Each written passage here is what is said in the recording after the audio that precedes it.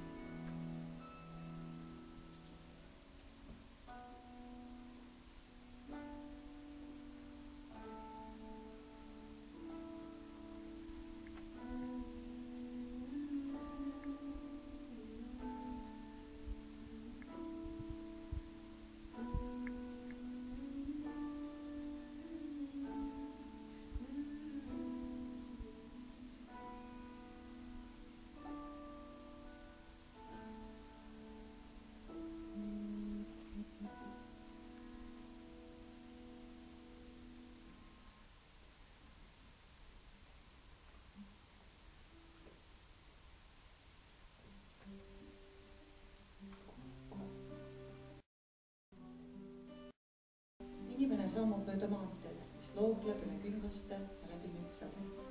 Ajuti on jõed ja järved, ajuti on põllud, talud ja asumad. Siis jälle sood ning udutsevad madalikud. Inimene sammub mööda maanteed üha edasi ja mõtleb oma piiratusele.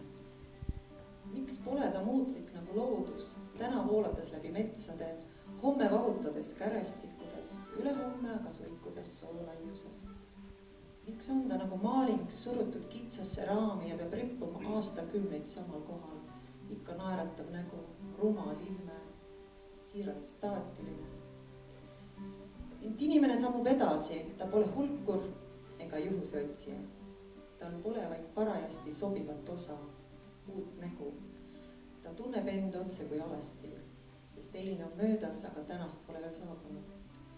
Sellist aega nimetatakse teatris vaatuste vaheajaks, kui näitlejad on kogunenud kulisside taha ning ootavad kärsitult uut hüpet tuledest säravale rampile.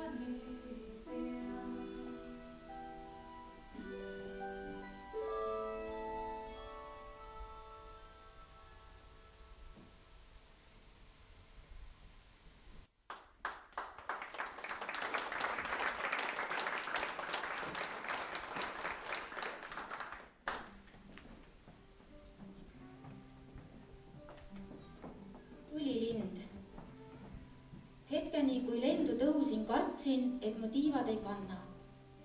Et tahe on tugev, aga liha nõder. Aga tiivad kandsid. Tõusin kõrgemale pilvede poole ja tundsin suurt ärevust ning samal ajal ka lõputut, kõigutamatut rahulolu. Olin seekord teel Barcelona poole. Lendasin üle jõgede, järvede, külade, põldude ning püüdsin ette kujutada, mis mind ees ootab. Kujutlesin Kataloonia päikest, mis aitab mul tuhaks põleda ning seejärel kosutavad Vahemere lainete mängu, mille saatel jällegi tõusta. Palusin, et see katsumus mulle hell oleks. Kui kohale jõudsin ja kuumal asfaltväljal esimesed sammud tegin, teadsin kohe, et olen jõudnud täpselt sinna, kus pidin olema. Ja ma eksisin mitu korda ära, aga palju rohkem leidsin erakordseid, uskumatult toredaid abilisi, ilusaid teeviitasid ja virgutavaid oaase. Lõunamaine linn meenutab mosaiiki, kus inimesed, tänavad ja tuled kingivad kildudena kirevust.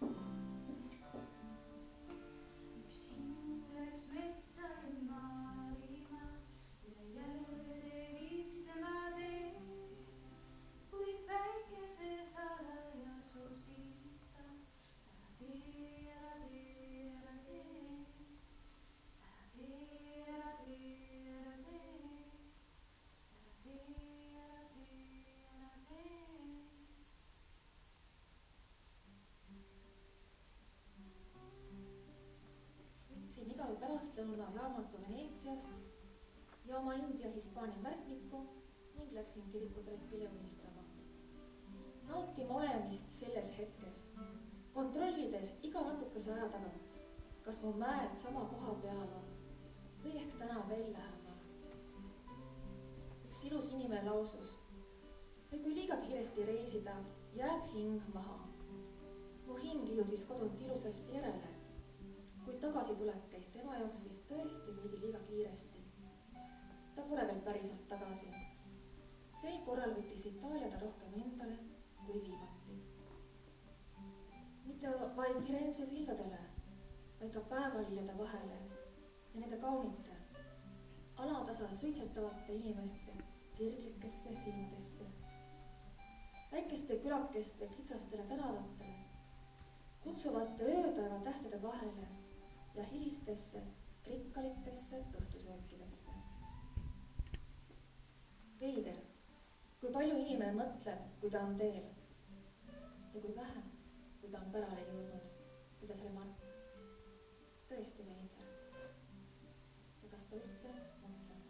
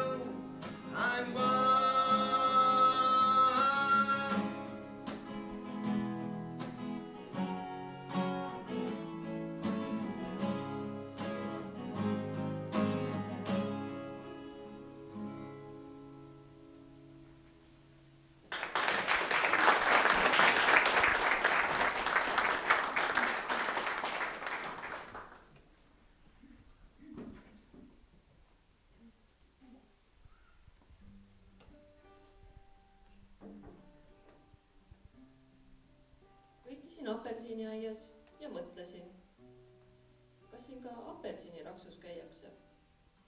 Ega vist, sest kes julgeks päikese, olgugi et väikese, põua pista.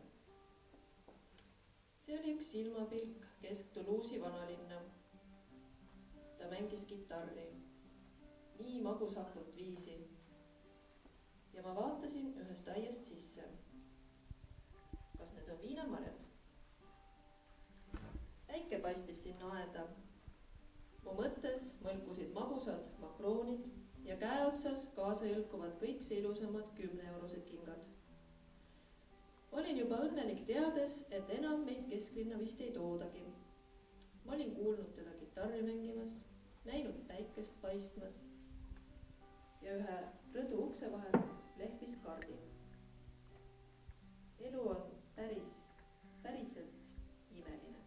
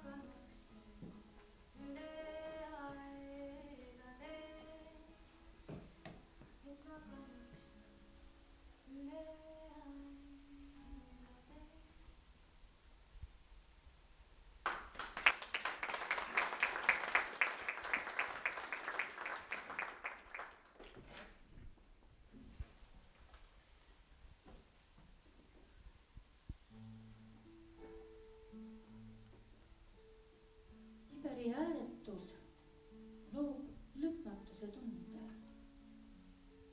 Lõpmatuse, millest on saanud alguse inimese jõuproov iseendaga. Õhtune paikal paistab tumedate mäekulmude varjust tulisilmana. Ta põletav pilk sunnib vaatama sügavusse. Volgaäärsetes külades on majad nagu marjad kobaras koos.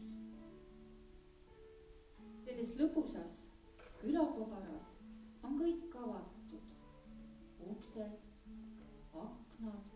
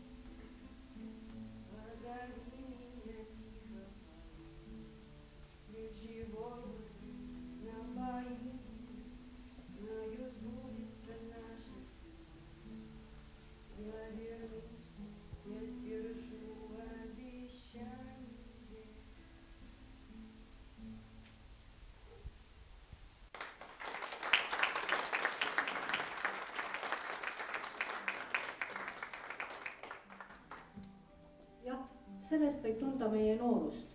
Elab igal pool, isegi kas või põrgus, kuid mitte isa kodus, mis on igal noorukil nii kitsas, et kuidagi ei saa õlgu laiali sirutada. Ihkavad ikka midagi muud, kuid mida just, seda ei tea nad isegi. Arvavad, et elu on lai maantee, kus iga kilomeetriposti juures ootab neid üha huvitavam seiklus, taipamata, et liiguvad pimesi ummikradadel, mis muutuvad sageli nii kitsaiks ja umbseks, et on raske hingata. Juus viskab rõnga otsa pihku ning inimene hakkab usinasti kerima kogu oma elu. Ja kui kera saab lõpuks valmis, on ta ihmunud. Milleks see? Oma raugematus igatsuses väljapääsu järele on Tometi loonud kujutelma taevast, võrgust ja kusagil asuvaist lahtisist allikaist.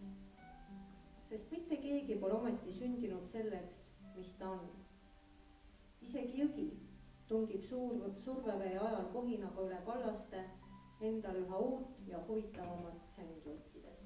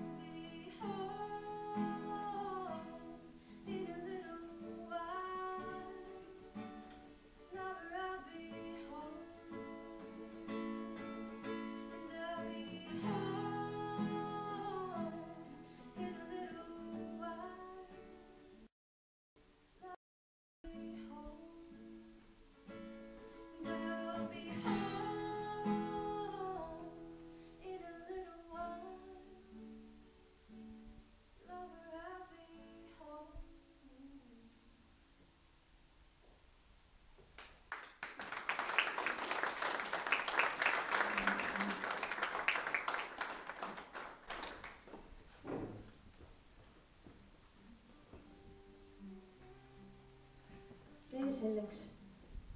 Aga juba jälle mõtlen ma imelike Eestimaa tagatalude peale, mis veel alles. Mõtlen madalate kalurimajade peale Treimani rannas, väikeste võõranduvate ja suuremate venestuvate linnade peale siinmaal, pealinna lääne moodi kohvipoodide peale, siis aga äkki maasikavälu peale, kuhu unustasin end istuda. Mõtlen mõnele halvasti valgustatud Aguli tänavale siin ja seal, kus uidata soovib. nigelasti ehitatud kõrghoonete peale, roheliste tarade ja valgete villade peale, mille trepil mõtisklevad tõupuhtad hiigelkoerad, õlleputkade peale, sünnipäevalaulude peale, mõne halva kinderstuubiga kunstniku peale ja kirjaniku peale, tema katkiste sandalettide ja rikkumatult sisukate mõtete peale ning oma sõprade väikeste poegade peale, veel mitme palju tallutud tänava või trepi peale, veel mitme metsavälu peale, veel mitme suure traktori peale põllul, kajakad kannul.